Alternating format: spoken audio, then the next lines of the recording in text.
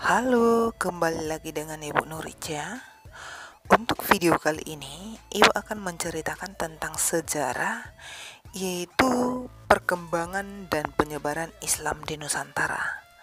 Mari belajar yuk. Berbicara tentang penyebaran agama Islam, itu tidak terlepas dari teori masuk dan berkembangnya Islam itu sendiri.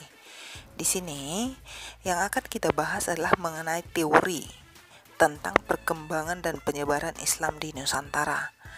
Keempat teori tersebut adalah yang pertama, teori Gujarat.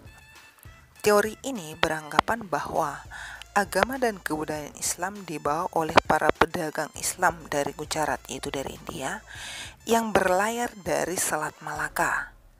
Jadi proses penyebaran Islam di Nusantara ini terjadi ketika para pedagang Gujarat itu hidup menetap di Nusantara untuk menunggu kedatangan angin musim. Mereka mulai berinteraksi dengan pedagang lokal dan para penduduk setempat.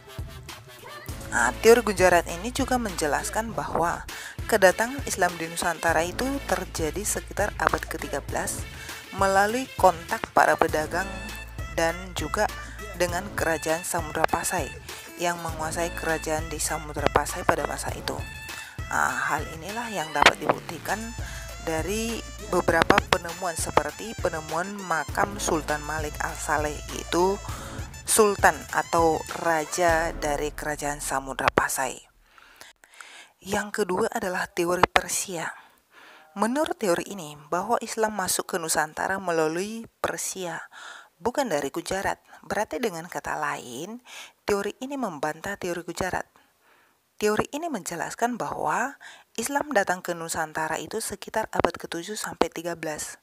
Hal ini dapat dibuktikan dari beberapa tradisi Indonesia dan Persia yang memiliki kesamaan. Misalnya mengenai peringatan 10 Muharram Islam Persia, itu serupa dengan upacara peringatan Tabwik yang ada di Bengkulu. Kemudian yang ketiga adalah teori Mekah.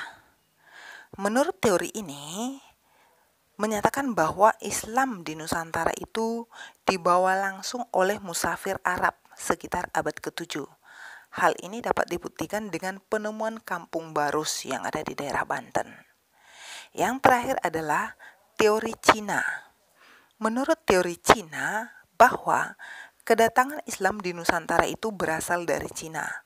Hal ini dapat dilihat dari adanya kesamaan migrasi orang-orang Cina ke Asia Tenggara. Mereka memasuki wilayah Sumatera bagian selatan. Mereka itu datang sekitar abad ke-9. Bukti lain juga yang dapat dilihat adalah banyaknya pendakwa Islam keturunan Cina yang memiliki pengaruh besar seperti yang terdapat atau yang dapat kita lihat di Kerajaan Demak. Kerajaan Demak itu merupakan kerajaan Islam pertama di Jawa. Baik, demikianlah mengenai teori perkembangan agama dan kebudayaan Islam di Nusantara.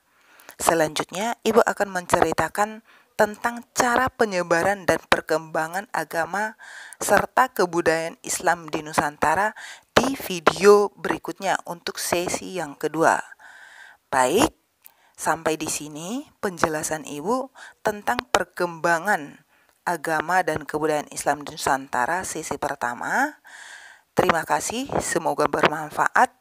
Selalu fokus dan tetap semangat.